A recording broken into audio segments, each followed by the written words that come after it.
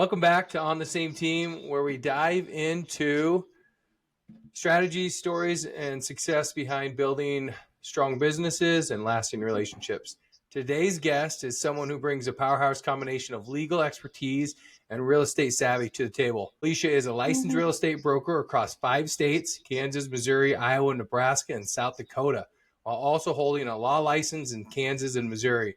She kicked off her legal career at Shook, Hardy & Bacon, specializing in product liability litigation. In 2012, she took a leap into real estate and quickly became a top producer in Keller Williams Realty Partners. After relocating to Siouxland in 2022, she's continued helping clients navigate both residential and commercial real estate, while her daughters manage the Kansas City team. With her deep legal knowledge, she ensures her clients make smart, informed decisions, whether buying, selling, or investing. Beyond business, Alicia and her husband Jeremy call Burbank, South Dakota home, where they enjoy adventuring in their Jeep with their 2 Yorkies, Baxter and Moose. I'm excited to have Alicia on the podcast today and talk about the intersection of law and real estate, the power of having a great team, and what it takes to build a successful career across multiple industries and states. Talk a little bit about how you maybe got into law, what your passion was for that, and then how that led to being in real estate. Oh, goodness. Well, thanks for having me. That is kind of interesting. I did my undergrad at University of Kansas, and my undergrad degree is in environmental studies. And I did the policy strain of that rather than the hiking through the fields and taking soil samples track. So at the end of that, it just seemed like a natural progression to go into law. And I thought I was going to be in environmental law at the time, but it didn't really turn out that way. I did a little stint with a firm that specialized in NCAA allegations and worked with the NCAA when universities got in trouble. Then I worked with the city in their municipal legal department, and then finally landed at Shook, Hardy & Bacon doing product liability litigation. I was there for probably 3 or 4 years and then made the decision to stay home with my kids. Nice. Yeah. And then in 2010, I got back into regular practice by virtue of a Craigslist ad of all things. It was a part-time. Some people probably won't know what that means anymore, right? You're right. So it's kind of like Facebook Marketplace before there was Facebook. Yeah. So it was an ad for a real estate attorney to teach me whatever I needed to know. It was a part-time gig, which was perfect. So as a newly single mom, I really didn't want another 9-to-5 job. I wanted to be able to pick my kids up from school, take them to practice, and it worked out great. And it got me started with the real estate bug.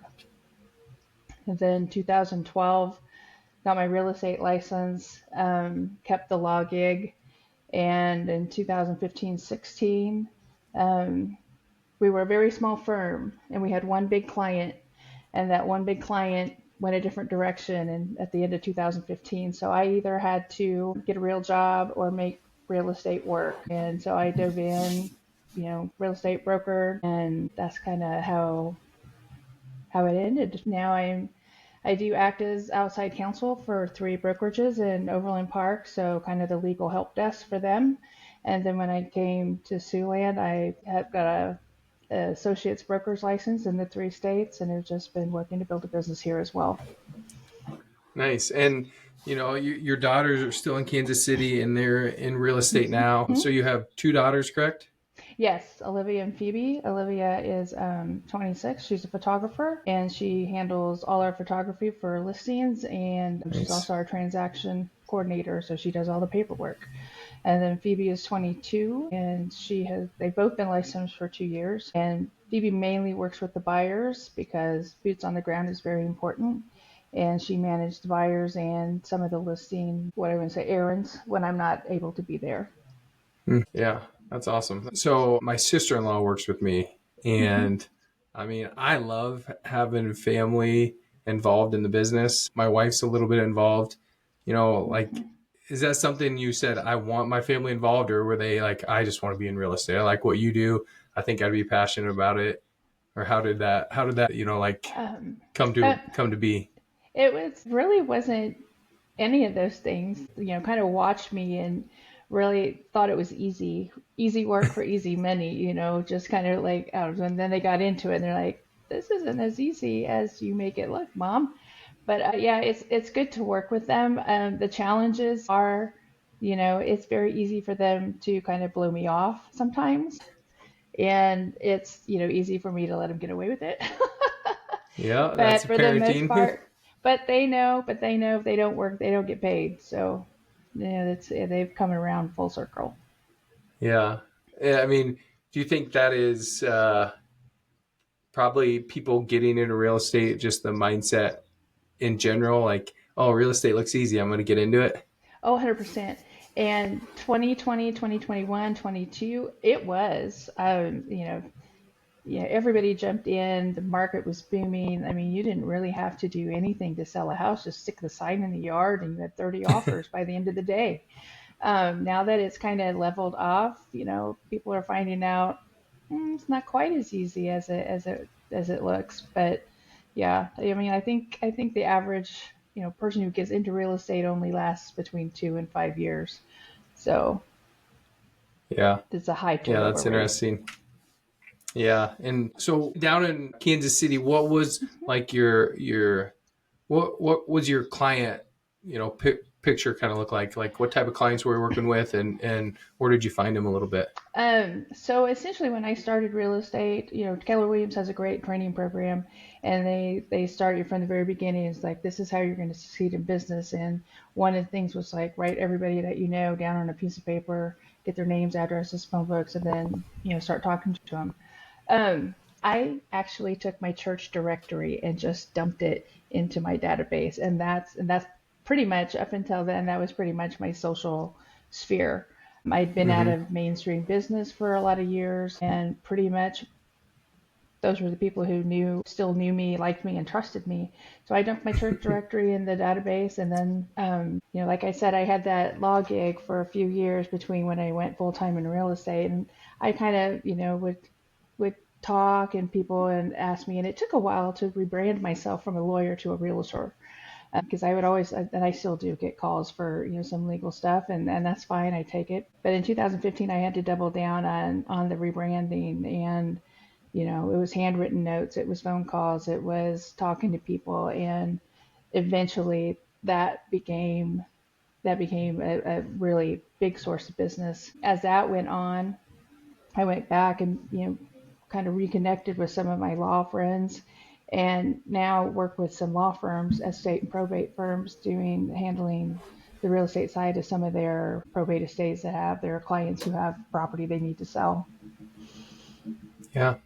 So, I mean, it sounds like, like I think about that, like everybody has a network, whether they think they do or not, right? Hmm. And it's just, yeah, I mean, like you said, yourself maybe as somebody that they didn't see you as, and, like just understanding that your network probably has a need for what you're doing, whether you think they do or not, they probably do.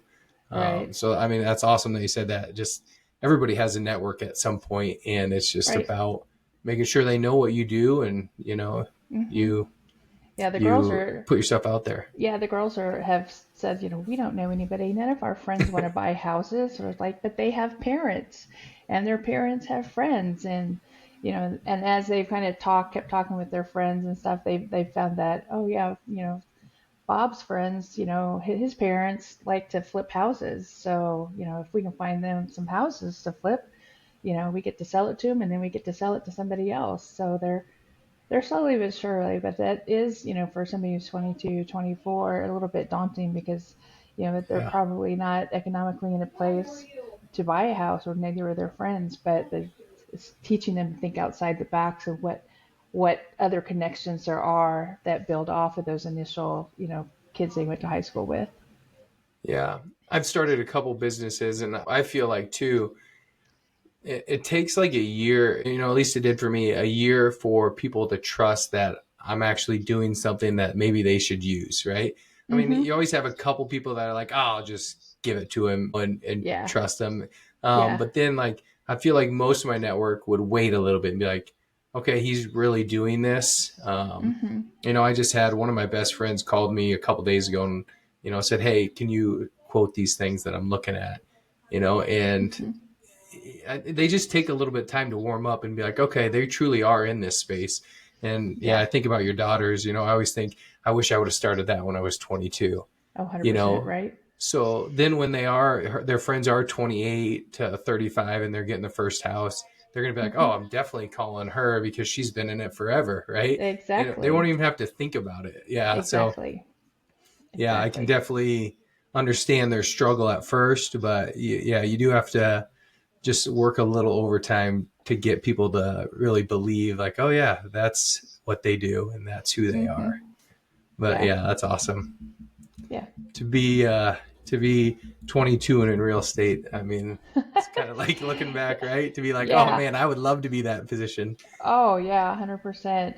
I don't know what the exact stat is, but it's like the majority of millionaires got their start in real estate. That's how they started to build it because it's just something you can just turn over and build upon, not necessarily just being an agent, but having the insight, knowing how to invest, when to invest, and building portfolios at opportune times.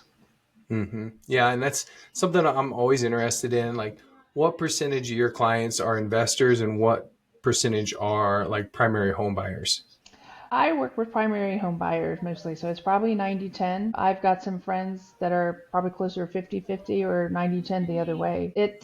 Investors are a special breed. There are some investors that, they're just shooting flies out. I will get like 5 or 6 texts a week from just random investors. Hey, you got something, you got something. They don't necessarily like to work with just one agent. So if I work with an investor, I'd like to have that commitment. I just don't want them to just be, throwing the seed out and seeing what picks up. So I like home buyers. Yeah, yeah, and then yeah, that takes me to the next thing too. Like, I invest in some properties. I don't Hmm. like to sell, but like, I mean, Yeah. what is the average home buyer's time in a home? Because that's the other thing I hear from real estate agents is like, we like to sell it to a home buyer because they're probably going to sell it and use me again. You know, that's changed a little bit. I think the average used to be 5 to 7 years, and now we're seeing, people staying in their homes a little bit longer, 10, especially when the Hmm. interest rates start to fluctuate. People Yeah, don't like to give up whatever their good interest rate was, and so I would still say it's probably between 7 and 10 years. yeah, that's interesting. Like, and you said that most real estate agents are out between 2 and 5, so they like you got to hold on and get to that Hmm. 7 to 10 year mark, right? Right, right, yeah. And then it So it all can just starts. snowball. Right, that's it. And just being, even those people you sell a home to, we're 95% referral business. And so, a lot of it comes from our database or from somebody that our database referred us to. We don't do a lot of cold calling or, just marketing, beating the street. It's really just being consistent with the people that we already know and like that have used us and providing that customer service that they know that they feel confident trusting us to recommend to their friends. So Hmm. that's been a very important part of our business. Yeah, and so I mean, just kind of segueing from that, like I'm assuming that's kind of been the hard part about being in Siouxland, right? Is like you had an awesome network down there with your Hmm. church and obviously your daughters now, and you Hmm. probably sold houses to people that you met through their like youth, right?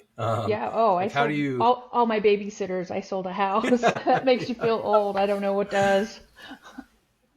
Yeah, but like how does that? I mean, that's obviously a challenge, and like It is yeah, a it's ch- big to come up here and do it here.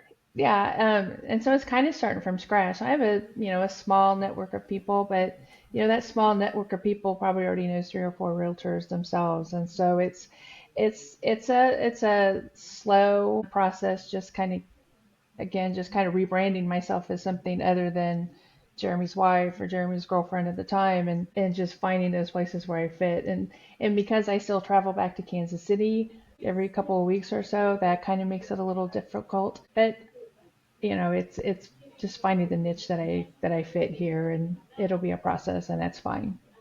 Yeah, yeah. I think like insurance, same thing. It's like I mean, I wanted to jump in and just sell everybody right away, but the reality is Yeah. like you got to build, you got to meet people, like you said, rebrand, and that is, yeah, it's it happens, but it's not Hmm. as fast as we want it, maybe. So, Yeah, and your exactly. husband's originally from this area, right? Elk Yes. Point. Yeah, he's a land surveyor. And he owns 310 Land Surveying and based here, but we have an office in Sioux City. Okay. So, So does most of his, he doesn't probably do a lot of residential stuff, or does he? oh yeah, a lot of what he does is Okay. residential subdivision plat. South Dakota Okay. requires certain things every time you buy a house. So we do a lot. He does a lot of residential surveys and then obviously other, roads and easements and those kind of things as Hmm. well. I had one property surveyed, I think, in my entire life. And my neighbor was very adamant that we get those things surveyed. So we did. Oh, yes. Yes, fence lines and boundary lines become heated discussions for sure. Yeah. Yeah. Yeah. And my lot was 60 feet wide. So I was like, if it's 59, I'm not going to notice. Like, this thing is Right. tiny to begin with. So I'm going to be on Right. your property. You're going to be on mine. Yeah. But Yeah. he wanted to make sure we knew where that lot line was. So Yep. Yep. I got my And 60 feet, I guess. made sure it was there.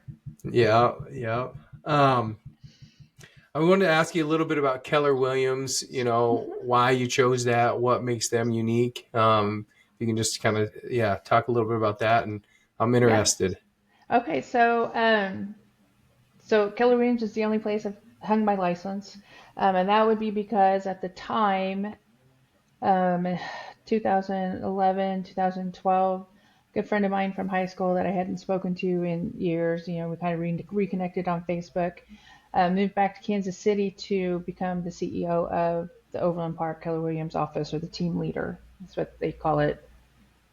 Calls me and says, "Hey, what are you doing now?" I told him about this law gig I was doing. He's like, "You should just go ahead and get your license, and you can come over and you could, kind of marry the legal and the real estate." And so, this whole thing, what I'm doing is kind of his brainchild. Um, and so I did. And, I walked in the door, and this is kind of funny. I walked in the door, a friend of mine had called and said, "Hey, I heard you're doing real estate in the lab." She's like, "I have a client who's got some retirement money they want to invest." I'm like, "Okay." So I go and meet with them, and they slide over, "We want to buy this." And they slide over a $1.5 million apartment complex. And I was like, "How hard is this? This is easy." And so, yeah, so I did that. And then, after that, it took more time. Nothing else came that easy. But I liked Keller Williams. They're a God family business, is their motto, and they are very agent centric. Everything that they try to do is to make the agent and the agent's business better.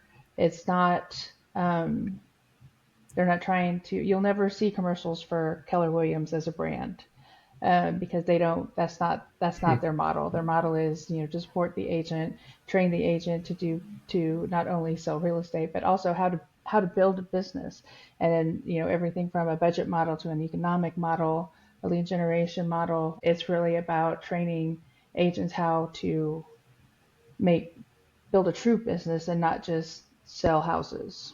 So, Hmm. um, they're very philo- I'm not going to be able to say this right. Was that kind of charitable? Yeah. Nice. I like it. Yeah, they're very charitable. Yeah, it's just a culture of agents helping agents, agents encouraging agents to be better and supporting each other, and not really a competition within, our sector, but really more of a collaborative type of approach to the business. Yeah, I mean, how long have they been in Sioux City? Because I mean, I got to Sioux City in 2004. I came here for college, and I remember when Keller Williams came in. I don't remember how old I was, but like, it was Eight, different, right? eight to A bunch ten of people years, I went there. think. Yeah, yeah. There was a group of maybe 20, I think, who started the office here, and then I think they're up to close to 100 agents. Wow. Um, but I think between 8 and 10 years, I think, because I knew Kevin and Charity Archer were some of um, the founding members, and I knew Charity through Jeremy. She used to be in title work. When I was doing the legal gig, that's how I met all of these guys. Is that we had an acquisition up in South Dakota, in Elk Point, Vermilion, and McLean, and Jeremy was the land surveyor, and Charity was the title girl that we worked with, and it was like a 2-year project, and yeah, the rest is history on that. But Awesome. Yeah, I like I said, I remember that. I remember all the signs changing and just being like, mm, okay, they're definitely here, and hmm it's moved fast. So, yeah, I um, think 2024, they were the number one office with market share. So that office kills it here, really. So they're 12. yeah, yeah, yeah. I first heard about Keller Williams was I listened to the Bigger Pockets podcast, and one of their Mm-hmm. hosts is a Keller Williams agent, right? Yep. Or it used to Yeah, be. Yep. Yep. yeah. He's no longer the host. I don't Mm-mm. even know who the host is, and I've Yeah. unfortunately don't have as much time on the road as I did when I was coaching, so I don't listen to as many Right. podcasts. But Right. this is, yeah, that was my introduction. So did it start in Texas? Is that right? Austin, Texas. Yeah. Gary Okay. Keller. Yeah. Yeah. Yeah. Pretty cool. Yeah. Awesome. Well, kind of the next thing I wanted to ask you was what has made you successful at being a real estate agent in your opinion? Obviously, you talked about you it's tough at first. You had to work hard. You had a network in your church. Like what do you think made you successful that you're trying to say like to your daughters, like you have to do this? It's consistency. Consistency not only in your day-to-day activities, always finding something, a connection to make, a conversation to have, building relationships. Those are always big. And then, and once you're in a transaction, it's always making sure that the client is taken care of. One thing I learned when I was doing the legal stuff or full-time legal things was my my partner would say, if the client should never have to call you for an update. You should be so in touch with that client that they know exactly what's going on at any time. And so there should never be a time that they have to call you and ask you what's going on. And so that's one principle that I brought over, being consistent with that communication. That my clients are always, they know they're going to hear from me on, this day or this day. If they're in the middle of a transaction, they can count on, a letter or an email once a month. They can count on a phone call. They can count on a birthday card. I mean, there's just certain things that are very consistent within our um, with our relationship building with our database. And so that would be, I think, probably the biggest thing that has given me continued success in real estate because it's not easy. And if you're not always talking to people you need to be talking to, it's very easy to fall off. Yeah, that's some good advice. Consistency, different wins. I had a couple more questions for you. Okay. I always like to ask a couple questions, and I stole these from Bigger Pockets too. Have you ever listened to Bigger Pockets? Yeah, a few times. Yeah. So I always like to ask, what's your favorite book and why? So this I like historical fiction, and because Nice. and it comes from when I was in high school. I loved Gone with the Wind, and I watched the movie. I read the book. I read the sequel. I read the book again, and then that just kind of created a love for historical fiction. So I don't know that I have a favorite book, but if I had to, it would probably be Gone with the Wind. Okay. I have never seen the movie or read the book, so maybe that needs to be on my bucket list items. You get an intermission with the movie. It's a 4-hour movie, and it does have an intermission. I made my wrestlers watch Jeremiah Johnson one time, and it's also an incredibly long movie with an intermission. And Hmm. intermission, they're like, "Thank gosh, it's over, Coach." I'm like, "Oh, fellas, Oh this is halftime. no. You have never been to an intermission movie, have you, fellas?" Yeah, Yeah. Yep. so that Yep. was their introduction into old school movies. That's awesome. Um, the and maybe I kind of know what you're gonna say, but if you had one day where you had no responsibilities, what would you spend it doing?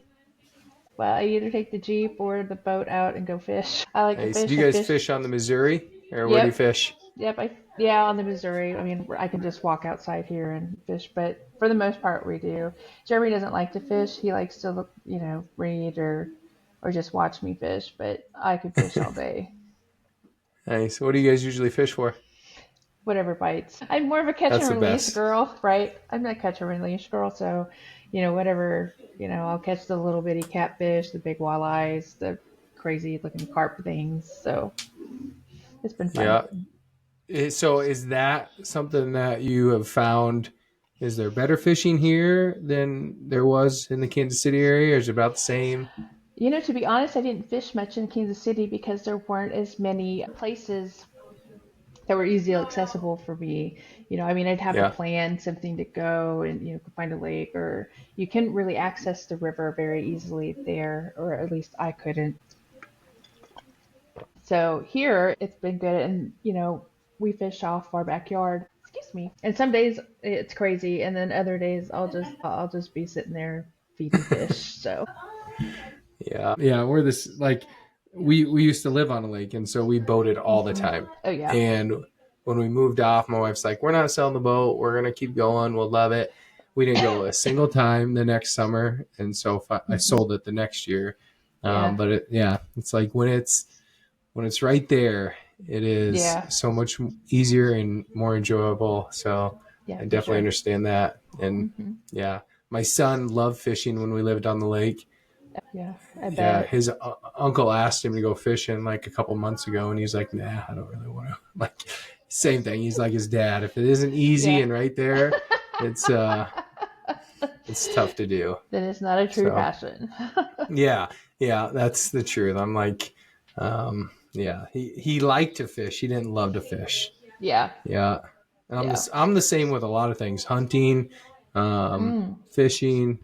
I have a brother that is a diehard. He drives 4 hours to get to a hunting spot and sits for 12 hours. I'm like, that is That's not sound fun to me, dedication. but that's a guy with passion. So yeah, Exactly. that's awesome though. But yeah, that's fishing's definitely a good hobby, especially when your spouse likes to read. That's pairs extremely well. Yeah. Yeah, yeah. And so it's very quiet, and yeah, it's relaxing. It's a way to kind of disconnect, because a lot of times where we go, you can't get signal for, phones or anything, so you can really kind of be just out of pocket, a true out of pocket experience. Yeah. Yeah, And I and just find it cathartic, even if I don't catch anything. Just the whole, you know, repetitive motion is just so relaxing for me. So I can't And the explain it. exact opposite of being a real estate agent, right? Where you're constantly connecting and 100%. and talking and building relationships, and then you get to Yes. go fishing and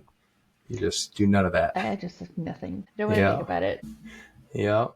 Well, yeah. To kind of wrap it up, just can you tell us a little bit about how to connect with you? Phone number, email, social media. Like, how do you like to connect with people, and where do you want people to find you at? You know, I'm open to all methods. I'm on Facebook, social media, Alicia Holmes, and or Selling Siouxland on Instagram. My number's 913-530-0759. I have a 605 number but I can never remember it right off the top of my head, and I don't want to say it wrong. And then my email is aliciaj@kw.com. Awesome. So when you came up here, were you surprised that Selling Siouxland was available on Instagram? Nobody likes 100%. Yeah. snag that. Yeah, Yeah. it seems like a Yeah. pretty good one. I know. I thought, wow, yeah, because yeah, there's so many things that are so different here in Kansas City. I mean, Kansas City, anything selling KCs, I sell Yeah, KC. I mean, it's all taken because there's like a bajillion people down there. But up here, there's still some room for some creativity and snagging some obvious ones. yeah, yeah. That's a good one. I wish I could get a Sioux City insurance, but it wasn't available. So Hmm, we're too bad. Morningside Insurance Group. Yeah. Morningside. Oh, yeah. Well, and I worked at Morningside for 12 years, so it was just kind of like that's the reason I'm in Sioux City to begin with, was college, and then I worked Right. there, so it made Right. sense. But yeah. Yeah. Well, I appreciate you So, jumping on here, Alicia. Thank you yeah, for sharing. absolutely. I'm excited for to maybe see in some network groups as we continue to move forward in these parallel industries and Yeah, for and sure. connect with some people. Yeah, look forward to it too. Thanks so much, All Jacob. right. Yep. See ya. See ya. Bye. Awesome. Thanks.